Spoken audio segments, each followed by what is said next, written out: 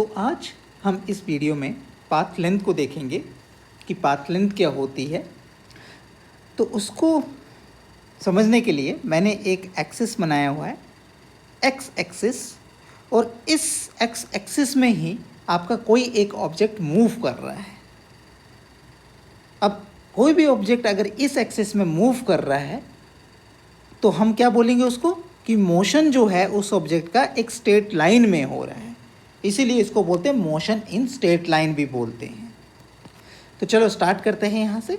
तो हमारे पास क्या है, एक ऑब्जेक्ट है या गाड़ी है, गाड़ी लेते, कार ले लेते। तो at time t equal to 0 में जो कार थी वो ओरिजिन में थी।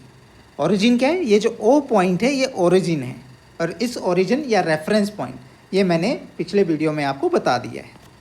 अभी हम ये जो कार की दूरी है वो हम इस रेफरेंस पॉइंट से ही मेज़र करेंगे, ठीक है। तो सपोज़ हमारे पास टाइम जो था t इक्वल टू समथिंग हुआ, t equal to 5 minute, time जो हुआ t equal to 5 minute. 5 minute बाद वो जो गाड़ी है वो यहाँ से मूव करी और वो आ गई 70 मीटर दूरी पे, इस डायरेक्शन में मूव करके यहाँ पर आ गई। तो सपोज़ इसको मैं ले लेता हूँ ए पॉइंट, ओ पॉइंट ही रहने दे, इसको ले लेते हैं ए पॉइंट। तो 70 क्या है, ये मीटर में है, मैंने यहाँ यूनिट लिखी है मीटर पे, मतलब 70 मीटर दूरी उसने कवर अप कर दी। किसके रिस्पेक्ट में, इस फ्रेम ऑफ रेफरेंस के रिस्पेक्ट में, ठीक है। तो अगर हमारे पास पूछा गया कि पाथ लेंथ क्या है O to A, path length from O to A, path length क्या हो जाएगी, तो इसकी पाथ लेंथ हो जाएगी 70 मीटर। अब क्या हुआ, यहाँ 70 मीटर की दूरी पे जाने के बाद वो बैक आया, पीछे की तरफ आया, उसने यू टर्न ले लिया। यू टर्न करके वो फिर से बैक साइड आया और वो पहुंच गया 40 मीटर की दूरी पे।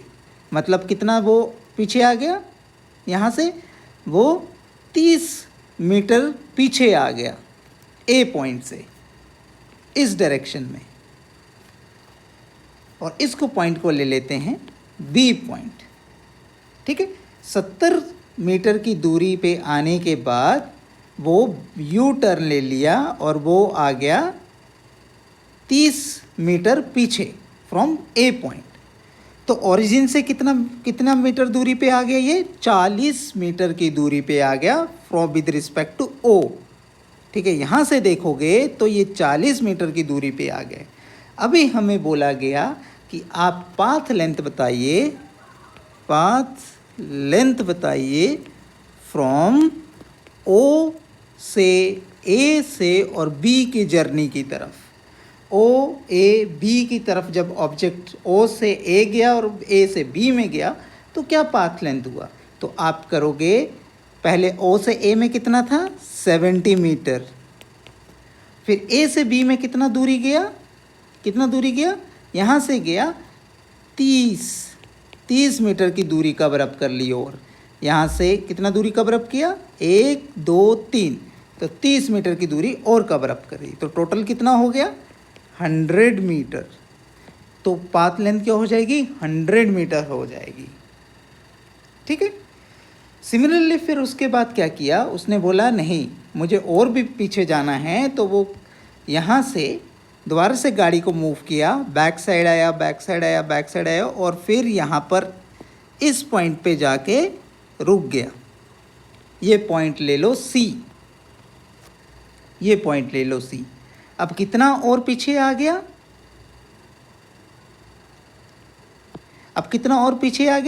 60 मीटर, 60 मीटर और पीछे आ गया। कैसे, 1 2 3 4 5 6, ठीक है।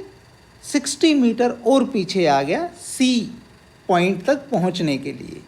तो अभी पूछा गया कि पाथ लेंथ बताइए, पाथ लेंथ फ्रॉम ओ से ए तक का, ए से बी तक का, बी से सी तक का।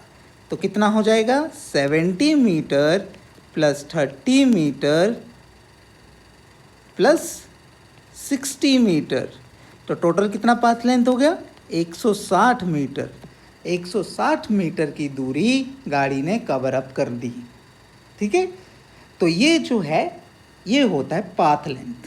ठीक है, कितना डिस्टेंस कवर अप करते जा रहा है, जितना डिस्टेंस कवर अप करते जा रहा है उसी को ही हम पाथ लेंथ बोलते हैं।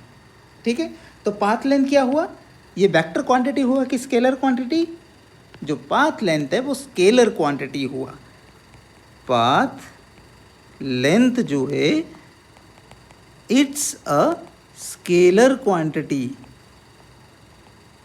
क्योंकि इसमें हम डायरेक्शन की बात नहीं कर रहे हैं, इसमें हम सिर्फ बात कर रहे हैं कि दूरी की, कितना दूरी, कितना डिस्टेंस कवर अप किया। दैट इसीलिए ये स्केलर क्वांटिटी हुआ। तो पाथ लेंथ को हम लिख सकते हैं, path length is the total distance covered by an object during whole journey। ठीक है, पूरी जर्नी के दौरान उसने कितना डिस्टेंस कवर अप किया, तो उसको बोलते हैं पाथ लेंथ। तो आई होप आपको पाथ लेंथ समझ आया होगा। अब दूसरा कंसेप्ट है डिस्प्लेसमेंट। डिस्प्लेसमेंट, अब डिस्प्लेसमेंट क्या होता है, वो पाथ लेंथ से कैसे डिफरेंट होता है, उसको समझते हैं। फिर से हम यही वाला एग्जांपल लेते हैं। तो डिस्प्लेसमेंट में क्या है, सपोज फिर से टाइम t इक्वल टू 0 में हमारी जो गाड़ी थी वो इधर थी। ठीक है, और time t equal to 5 minute में वो गाड़ी पहुंच गई यहाँ पर। यहाँ से गाड़ी चली और चलते चलते हमारे पास ए पॉइंट में पहुंच गई। ठीक है, ए पॉइंट में पहुंच गई, ये हमारा हो जाएगा ए पॉइंट। ओ पॉइंट से ए पॉइंट की तरफ आ गई। तो अभी पूछा जाता है कि डिस्प्लेसमेंट क्या होगा। तो डिस्प्लेसमेंट लिखते हैं, डिस्प्लेसमेंट फ्रॉम ओ टू ए कितना है? 70 मीटर। कितना? 70 मीटर। कितना दूरी कवर अप किया? 70 मीटर। ठीक है, हम एग्जाम्पल से पहले समझेंगे, फिर हम उसका डेफिनेशन भी देखेंगे। अब देखते हैं, तो अभी आप देखोगे कि ये जो पहले ए पॉइंट के लिए ये जो डिस्प्लेसमेंट है और पाथ लेंथ दोनों सेम हो गया है। ठीक है, अब एक दूसरा केस देखते हैं। अब ये क्या हुआ, अब क्या हुआ कि गाड़ी फिर से यू टर्न मारी, फिर से यू टर्न मार के वो टाइम इक्वल टू कुछ टाइम पे यहाँ पर पहुँच गई 40 मीटर की दूरी पे। ठीक है, तो इस वक्त अगर आप डिस्प्लेसमेंट, कोई आपसे डिस्प्लेसमेंट पूछेगा, ये बी पॉइंट, ये हमारा कौन सा पॉइंट है? B point. अभी आपसे कोई डिस्प्लेसमेंट पूछेगा कि डिस्प्लेसमेंट बताइए, डिस्प्लेसमेंट बताइए from O to A and A to B and A to B का। तो अभी जो डिस्प्लेसमेंट है, जैसे इस केस में था 100 मीटर, तो 100 मीटर नहीं होगा, इट विल बी 40 मीटर। तो हमें क्या करना है डिस्प्लेसमेंट निकालने के लिए? जिस रेफरेंस पॉइंट से हम स्टार्ट किए हैं और जिस पॉइंट पे जर्नी एंड हुई है, जैसे यहाँ पर जर्नी कहाँ से कहाँ तक हुई थी, ओ से ए तक हुई थी और ए से बी तक हुई थी। तो फाइनल कहाँ पहुँचा था ऑब्जेक्ट हमारा, बी पॉइंट में। तो हमें डिस्टेंस देखना है रेफरेंस पॉइंट से फाइनल पॉइंट का, जो कितना है डिस्टेंस, 40 मीटर। तो इसलिए 40 मीटर दूरी आई यहाँ पर, और जबकि यहाँ पर पाथ लेंथ में 100 मीटर आई थी। ठीक है, तो डिस्प्लेसमेंट जो है पाथ लेंथ से अलग है। और डिस्प्लेसमेंट कौन सी डायरेक्शन में है, पॉजिटिव एक्स डायरेक्शन की तरफ है, पॉजिटिव एक्स डायरेक्शन की तरफ है।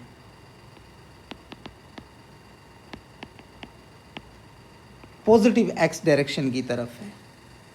ठीक है, अभी सिमिलरली फिर से बैक आया और वो कहाँ आ गया, इधर आ गया, इस पॉइंट पे आ गई गाड़ी हमारी। कौन सा पॉइंट है ये, सी पॉइंट है। तो अभी हमसे पूछा गया कि डिस्प्लेसमेंट निकालिए, displacement from O to A to B and B to C का। तो अभी देखो डिस्प्लेसमेंट निकालना है तो आपको क्या रखना है, पहले इनिशियल पॉइंट निकालिए। कहाँ से जर्नी स्टार्ट हुई थी हमारी, इस पॉइंट से हमारी जर्नी स्टार्ट हुई थी। और फाइनल कहाँ हुई, फाइनल पॉइंट हमारा आया ये पॉइंट। तो हमें क्या करना है, जर्नी कहाँ तक का देखना है, इनिशियल से फाइनल पॉइंट का। अभी देखो कहाँ तक, कहाँ आया, -20। -20 मतलब ऑपोजिट डायरेक्शन में होगी। पहले डिस्प्लेसमेंट इस डायरेक्शन में थी, अभी डिस्प्लेसमेंट इस डायरेक्शन में हो गई है। तो इसमें डायरेक्शन भी मैटर करता है। तो कोई पूछेगा यहाँ पर तो आप क्या लिखोगे, 20 मीटर इन नेगेटिव एक्स डायरेक्शन। तो डायरेक्शन भी मैटर करेगा इसमें। ठीक है, पहले इस जर्नी के लिए डिस्प्लेसमेंट ओ ए बी तक, उसका डिस्प्लेसमेंट था 40 मीटर जो यहाँ पर था, इन पॉजिटिव एक्स डायरेक्शन में। सेकंड केस में ओ ए बी सी पॉइंट के लिए, इस वाले जर्नी के लिए वो आ गया फाइनल पॉइंट ये, और इसका डिस्प्लेसमेंट कितना हो गया, 20 इन नेगेटिव एक्स डायरेक्शन। ठीक है, और यहाँ पर कितना डिस्प्लेसमेंट, इधर कितना पाथ लेंथ था, 160। तो इसका मतलब है डिस्प्लेसमेंट जो है पाथ लेंथ से टोटली डिफरेंट है। हमें बहुत ध्यान रखना है जब डिस्प्लेसमेंट निकालते हैं और जब पाथ लेंथ निकालते हैं। ठीक है, तो इधर से हमें ये पता चलता है कि जो डिस्प्लेसमेंट है उसके लिए मैग्नीट्यूड एंड डायरेक्शन दोनों का ही जरूरत पड़ता है, बोथ आर रिक्वायर्ड। अगर दोनों चाहिए हैं तो डिस्प्लेसमेंट क्या हुआ, वेक्टर क्वांटिटी हुआ। तो डिस्प्लेसमेंट हमारे क्या है, वेक्टर क्वांटिटी है। इधर लिख देता हूं, it is a vector quantity. ये कौन सी क्वांटिटी हुई, वेक्टर क्वांटिटी होती है हमारे पास, जिसको मैग्नीट्यूड और डायरेक्शन दोनों चाहिए होते हैं। जबकि पाथ लेंथ जो है वो क्या है, स्केलर क्वांटिटी है। ठीक है, तो यहाँ तक हमें पता चल गया कि डिस्प्लेसमेंट जो है वो वेक्टर क्वांटिटी है। तो इसको डिनोट कैसे करते हैं, इसको dx से डिनोट कर देते हैं। ठीक है, और इसको कैसे लिखेंगे, ये क्या है, it is a difference between the final and initial position. ठीक है, it is the difference between final and initial position, जो हमने इस पूरे केसेस के लिए किया। जैसे पहले जब ऑब्जेक्ट इधर था तो फाइनल कहाँ था, इस पोजीशन में था, इनिशियल कहाँ था, इस पोजीशन में था। तो फाइनल माइनस इनिशियल कितना है, 70। तो 70 हमारा डिस्प्लेसमेंट था। सेकंड केस में जब ए से बी में गया तो फाइनल पोजीशन क्या थी, उसकी बी थी, और इनिशियल पोजीशन क्या थी, ये वाली पोजीशन थी, तो कितना दूरी हुई 40 मीटर, तो हमारे पास कितना हुआ था 40 मीटर। सिमिलरली थर्ड केस में जब ऑब्जेक्ट यहाँ से पूरा सी तक गया, तो इस केस में फाइनल पोजीशन क्या थी सी और इनिशियल पोजीशन क्या थी ये, तो डिफरेंस क्या हो जाएगा ये 20, तो 20 हमारा डिस्प्लेसमेंट था। और डायरेक्शन हरदम ध्यान में रखना, अगर ओरिजिन से या तो रेफरेंस पॉइंट से अगर पॉजिटिव डायरेक्शन में है तो डिस्प्लेसमेंट पॉजिटिव है, अगर ऑपोजिट डायरेक्शन में है तो डिस्प्लेसमेंट क्या है नेगेटिव है। अब हम डिस्प्लेसमेंट का एक केस देख लेते हैं। केस अगर सिमिलरली हमारे पास कोई कोऑर्डिनेट सिस्टम दिया है, एक्स एक्सिस दी हुई है और जो दूरी है वो मीटर्स में है और उसका ओरिजिन ओ है, और यहाँ पर ले लीजिए ये 10 मीटर, ये ले लीजिए 20, 30, 40, यहाँ पर -10, -20, -30। अब क्या हो रहा है, ऑब्जेक्ट जो है यहाँ से मूव कर रहा है ओ ओरिजिन से, मूव करके वो जा रहा है कुछ एक दूरी पॉजिटिव एक्स डायरेक्शन में, और वो रिटर्न होके दोबारा से यू टर्न मार के अपनी ओरिजिन पोजीशन में ही आ जा रहा है, ओरिजिनल पोजीशन में ही आ जा रहा है। ये ले लो आप पॉइंट ए, ये ले लो पॉइंट बी। तो इधर इस एग्जांपल में क्या हुआ, अब मैंने डिस्प्लेसमेंट क्या बोला था, डिस्प्लेसमेंट था final position minus initial position. तो फाइनल पोजीशन कहाँ है 0 पे, 0 पे, और इनिशियल पोजीशन भी कहाँ है 0 पे, तो डिस्प्लेसमेंट क्या हो जाएगा 0। Magnitude of the displacement is 0।